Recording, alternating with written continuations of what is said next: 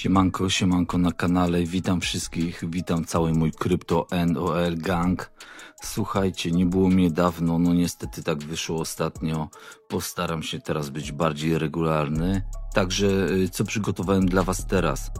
Przygotowałem dla was na dzisiaj o tym, jak Krypto Stasiak zarobił 5 milionów złotych w jeden dzień i sprzedał wszystkie bitcoiny. Ciekawe, co dzieje się z ETH.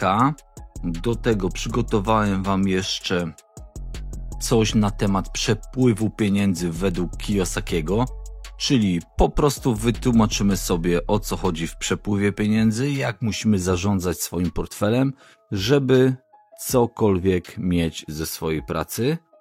Oraz do tego na samym końcu, w połowie lub tam w drugiej części filmiku przejdziemy sobie do giełdy, zobaczymy oczywiście, jakie są notowania, jakie są ceny teraz kryptowalut, ponieważ mamy drugi tydzień wzrostów.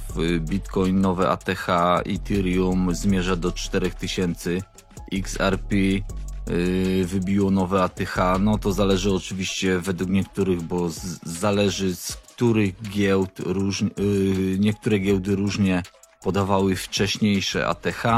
I niektórzy się nie zgadzają, że to jest nowe, niektórzy mówią, że to jest nowe, ale ogólnie nieważne. XRP ponad 3,4 dolara i tyle, a więc co robimy? Zaczynamy. Wchodzimy tutaj sobie na artykuł o Krypto Stasiaku, który zarobił 5 milionów złotych w jeden dzień. Co takiego zrobił polski analityk, który działa po prostu na rynku krypto już od 2017 roku. Krypto Stasiak, tak pokrótce tutaj przytoczę, to trader, analityk, który jest aktywny na rynku kryptowalut od 2017 roku. Regularnie publikuje on na X swoje zagrania oraz przemyślenia i do tej pory zebrał około 50 000 subskrybentów. Myślę, że chodzi o platformę YouTube. I co? Jak sam twierdzi, zarobienie tych 5 milionów za kilka kliknięć to bardzo satysfakcjonujące uczucie. Jednak mimo to analityk nie dzieli się publicznie szczegółami tego zyskownego zagrania. Jedyne co opublikował zrzut ekranu z giełdy, na którym widać zysk rzędu 1,44 miliona dolarów. Stasiak postanowił sprzedać wszystkie bitcoiny, które intensywnie kupywał. Były to przeważnie poziomy między 51 000 do 77 200. I co może na ten temat Stasiak powiedzieć? Jak sam twierdzi, aktualna cena bitcoina jest dla niego już na tyle wystarczająca, że skeszował się. I po prostu wiadomo, ta przyszłość jest niepewna, ponieważ jeżeli popatrzymy na perspektywę długoterminowego wzrostu, który dzieje się cały czas od kilku lat, także nie będzie z tym problemu, ale wiadomo, jeszcze przy takich cenach Bitcoin jeszcze nie był na wyższych cenach, także po prostu jeżeli ktoś stwierdził, że zysk, który może wziąć teraz, jest dla niego satysfakcjonujący, także po prostu się skeszował i co, pewnie swoje 5 baniek zainwestuje w następny projekt. Przepraszam bardzo oczywiście za moje przejęzyczenia, nie będę ciął tego materiału, znam ludzi, którzy lubią takie snaczki, smaczki, że ktoś się przejęzyczy, lubią się przy okazji uśmiechnąć, także co robimy teraz dalej? Dalej zaczynamy rozmowę o Kiyosakim oraz o jego przepływie pieniędzy. Tutaj nie mam tego niestety na tablecie, ale dla was będzie tutaj wklejone to. Także otwieram sobie teraz właśnie telefon i co będę omawiał. Momencik.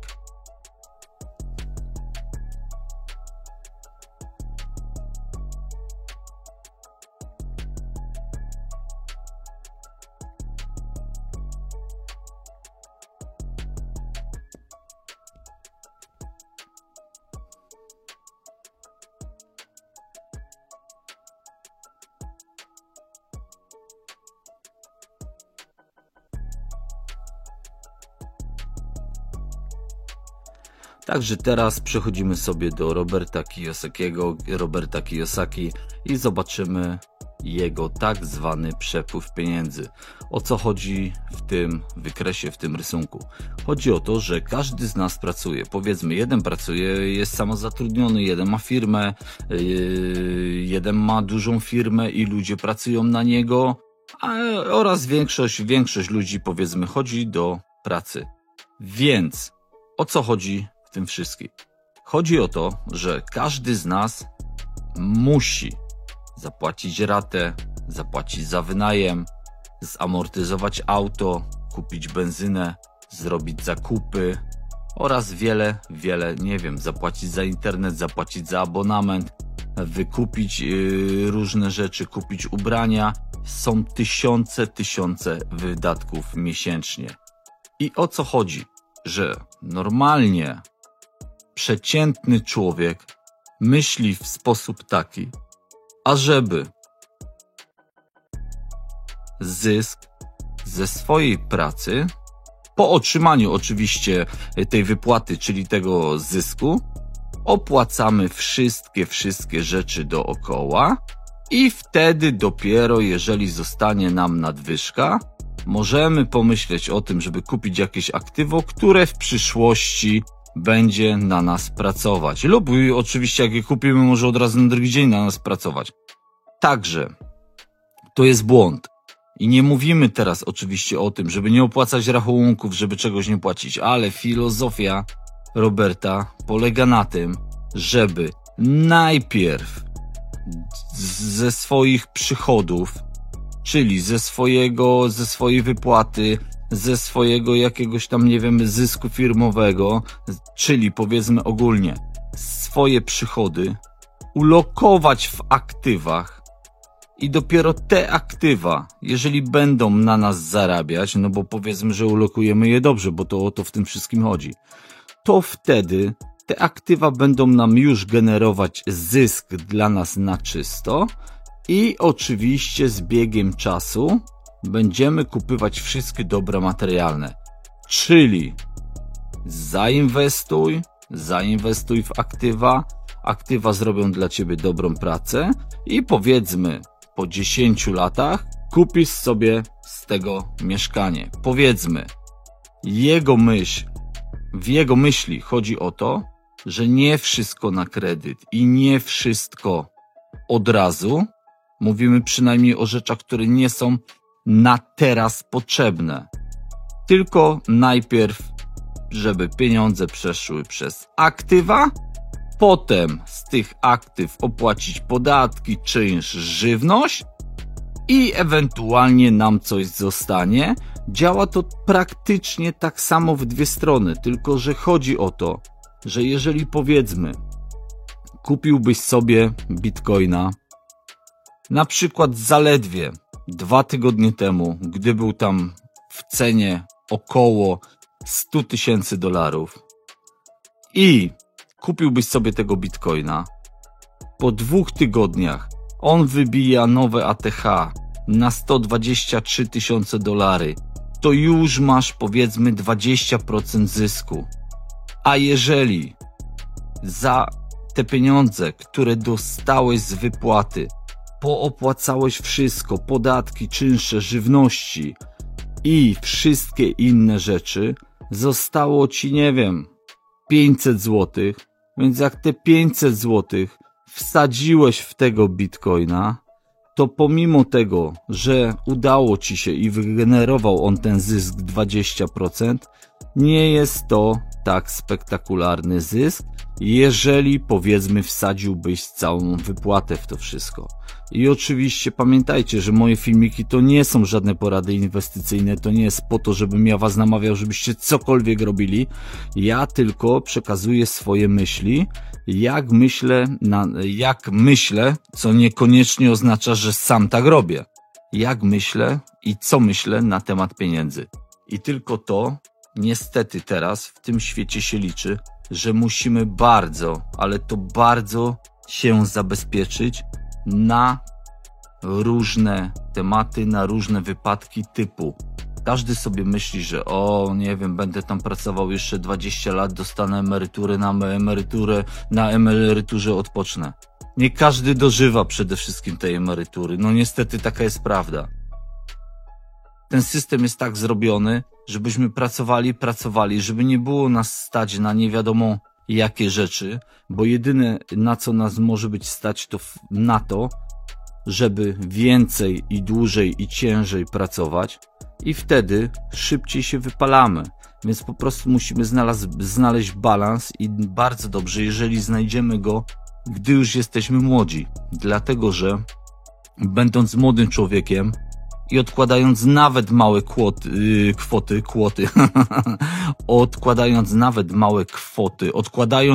inwestując nawet małe kwoty, to w wieku 40-50 lat naprawdę jesteśmy w stanie, tak myślę, żyć tylko i wyłącznie z odsetek, które będą dawać nam nasze aktywa, które same dla nas będą pracować. I oczywiście dla jednego aktywem będzie jego mieszkanie, dla drugiego aktywem będzie złoto, dla trzeciego aktywem będzie bitcoin, dla czwartego aktywem będzie, nie wiem, wynajem samochodu, dla piątego jego aktywem będzie firma, którą stworzył, w której nie musi pracować, bo ma swoich pracowników i generują dla niego przychód. Także wszystko indywidualnie zależy od nas, od każdego z nas, co każdy wybierze. I oczywiście też pojawią się teraz głosy takie, że ale złoto nie chroni. Złoto chroni przed inflacją i przynajmniej dotychczas tak było. I to jest właśnie najważniejsze, ponieważ powiedzmy te $1000 dzisiaj za 10 lat nie będzie warte $1000, tylko będzie warte powiedzmy 600. Ale trzymając na przykład pieniądze w złocie, prawdopodobnie, jeżeli kupimy złoto za $1000 dzisiaj, jest to możliwe, że po 10 latach będziemy mieli 1800, może $2000. Także zatrzymamy tą siłę nabywczą tego pieniądza, tak? Już nie mówię teraz dalej o kryptowalutach i o tym wszystkim, gdzie naprawdę te zyski i to wszystko są dużo wyższe, wielokrotnie wyższe. Oczywiście nie można wchodzić na górkach, bo jeżeli ktoś dopiero teraz zainteresował się tematem kryptowalut i nagle on wejdzie i kupi na rynku, no i kupi bitcoin na rynku, w którym bitcoin kosztuje 123 tysiące, no teraz już 118 tam dzisiaj, ale powiedzmy 120 tysięcy, no to przecież on, jak pojawi się niewielka korekta, czy pojawi się po prostu spadek i będziemy czekać do następnej hossy, do następnego halvingu, żeby znowu wszystko poszło do góry, no to 90% takich ludzi po prostu to sprzeda po bardzo niskiej cenie, a ten kto wie i kto siedzi na rynku, to właśnie to odkupi i będzie trzymał tylko po to, żeby ta wartość tego bitcoina wzrosła. Także tyle na temat przepływów pieniędzy. Pamiętajcie, najpierw inwestujcie i za resztę płaćcie wszystkie swoje rachunki. Nie mówimy o tym, żeby nie płacić rachunków, ale mówimy o tym, że jeżeli przypuśćmy braknie ci na jakieś rachunki, to też może zmusić cię do innego myślenia niż zwykle, gdzie, w jaki sposób zarobić, ponieważ brakło mi, nie wiem, 500-1000 złotych do opłacenia czegoś, bo zainwestowałem w swoje aktywa, które prędzej czy później przyniosą mi zysk. Teraz przechodzę na wspaniały temat, który, już myślę od pół roku, jak nie więcej, grzeje wszystkie takie podstawowe gazety, podstawowe media i oczywiście jest to cyfrowe euro. I niemieckie media podają wstępną datę i tutaj już zobaczymy, że z doniesień niemieckich mediów wynika, że najbardziej prawdopodobny termin wprowadzenia cyfrowego euro to rok 2029 lub 2030. Ale wiecie, jeżeli zaczniecie dokładnie czytać na przykład ten artykuł i jeżeli zaczniecie szukać, co nie pasuje i jaką narrację oni przyjęli po to, żeby przekazać ludziom, że cyfrowe euro będzie dobre, to już od razu wam mówię o tym, że przede wszystkim podpierają się tym, że obecnie w przypadku 13 spośród 20 państw należących do strefy euro płatności kartą są obsługiwane przez międzynarodowe systemy kart płatniczych kontrolowane m.in. przez amerykańskie przedsiębiorstwa PayPal czy Visa. I to ich bardzo zaczęło nagle boleć. Oni od 100 lat nie wiedzą o tym, kto kontroluje te pieniądze, przez co przechodzą i kto na tym zarabia, że cały świat rozlicza się w dolarze. Nagle Unię zaczęło to denerwować. I taka narracja będzie nam sprzedawana, że nie możemy być uzależnieni od Ameryki, że nasze pieniądze nie mogą być uzależnione od Ameryki i dlatego cyfrowe euro będzie stworzone. Ale do dzisiaj nikt nie mówi, ile to będzie kosztować, kto za to zapłaci i dlaczego państwa członkowskie mają płacić za właśnie takie wybryki Unii Europejskiej. A do czego prowadzi cyfrowe euro? No to po prostu wiemy, będzie to po prostu CBDC i prawdopodobnie w przyszłości będzie to pieniądz programowalny. Jak to się może skończyć? Wszyscy wiemy, kto ma wiedzieć, to wie. Wystarczy spojrzeć 4 lata do tyłu, co działo się w Kanadzie i wszędzie, także masakra. Okej, przechodzimy teraz na samym końcu tutaj na giełdę BinX. Polecam serdecznie. Tutaj pojawi się właśnie QR kod na ekranie. Możecie sobie przez ten kod wejść. Jest to mój link, mój kod polecający. Wchodząc przez ten kod oczywiście wspomagacie rozwój mojego kanału, wspieracie mnie, pokazujecie, że podoba wam się to, co robię. Ale co, chciałem wam pokazać, fajny bajer jest teraz zrobiony, bo akurat ja zaktualizowałem dzisiaj, ale to już chyba działa tam, nie wiem, od tygodnia czy od 2, a może i dłużej. Fajny bajer jest na giełdzie zrobiony, a mianowicie to, że wchodzimy sobie na rynki, dajemy sobie na przykład w ulubione i wchodzę sobie w Bitcoina. I teraz tak, pojawia mi się wykres Bitcoina i pojawiła się tutaj w lewym rogu taka ikonka i już wam pokażę, co ta ikonka robi. Powiedzmy, ustawiamy sobie tak wykres, klikamy sobie w tą ikonkę i co? I zaczyna się analiza sztucznej inteligencji nad ceną, nad analiza wzorców świecowych, analiza wskaźników technicznych, wolumen, poziomy wsparcia i oporu, kompleksowa ocena techniczna oraz wnioski. I oczywiście powtarzam następny raz. Nie chodzi o to, żeby ufać tej sztucznej inteligencji, tylko chodzi o to, że macie wszystko podane jak na tacy, przeczytajcie sobie i sami wyciągnijcie wnioski, co może wydarzyć się na przykład z ceną Bitcoina w najbliższym czasie.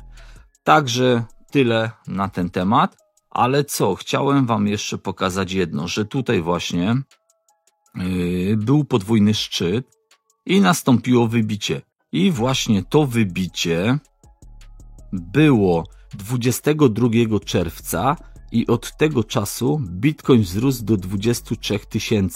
Ale co można zauważyć? Dokładnie od tego miejsca, czyli od 9 lipca, powstało znowu drugie wybicie i dokładnie teraz w tym miejscu powstaje konsolidacja, więc prawdopodobnie to, czego spodziewam się ja, oznacza, że Bitcoin pójdzie gdzieś mniej więcej, może nawet do poziomu 130-140 tysięcy dolarów za jednego Bitcoina.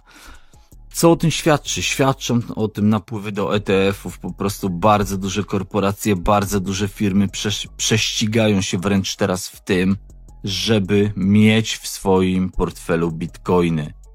Także cóż, warto obserwować te poziomy, warto obserwować rynki. Wpadajcie na tą giełdę, naprawdę zarąbista innowacja. Bardzo dużo, nawet dla tych, którzy nie za bardzo wiedzą, o co chodzi, jest bardzo łatwa w obsłudze, a właśnie za pomocą tego, że taki algorytm przeczyta, przeanalizuje ten wykres świecowy, możecie się bardzo, bardzo dużo dowiedzieć. No i teraz jeszcze gdzie wejdziemy? Wejdziemy sobie tutaj we wszystkie. Wejdziemy na Ethereum. No i co zrobiło Ethereum? Ethereum właśnie miało tak samo, podwójny szczyt, podwójne dno w tym miejscu i od tego czasu cały czas wzrosty. Także czekamy, do ilu Ethereum dojdzie na dzień dzisiejszy. Jest to nagrywane w niedzielę. $3772 za jedno Ethereum. XRP, no to też był dosyć dobry przebój. Identyczna sytuacja, podwójne dno tutaj, możecie zauważyć sobie. I cały czas konsekwentnie do góry, wybicie.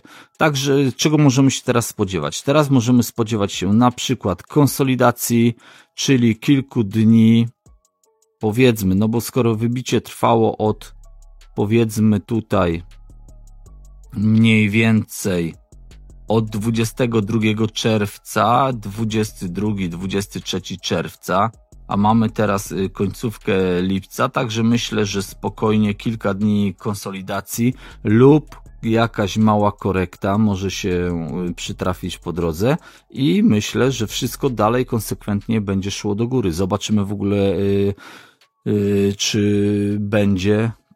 czy kontynuacją tych wzrostów będzie przepływ kapitału do wszystkich altcoinów i nastąpi tak zwany altcoin season. Także mamy BTC, mamy Ethereum, mamy XRP, tutaj jeszcze co pokażemy, Solana, dokładnie taki sam wzorzec, tutaj podwójne dno, wybicie, ok. I co, myślę, że to tyle na dzisiaj. Możemy jeszcze jedyne co tutaj zobaczyć, to odkrywaj wszystkie, co się dzieje tutaj w tym całej otoczce Trumpowej. Token Trumpa powiedzmy 6% dzisiaj. Także ogólnie nie jest źle. Tak samo było wybicie, poszło do góry, potem była korekta i potem ponowne wybicie i wszystko idzie do góry. Także to na tyle na dzisiaj. Mam nadzieję, że moja regularność powróci, także bardzo postaram się tego teraz pilnować. Co mogę powiedzieć na sam koniec? Wpadajcie na giełdę, patrzcie co jest grane, obserwujcie rynki, obserwujcie kogo się da, oglądajcie filmiki na YouTubie czy na innych platformach, analizujcie, nie denerwujcie się, że o ten powiedział to i nie wiedział, tamten powiedział tamto, ale jednak się dowiedział. Także obserwujcie kogo się da i wyciągajcie własne wnioski. Także na sam koniec co? Ciach Bajera.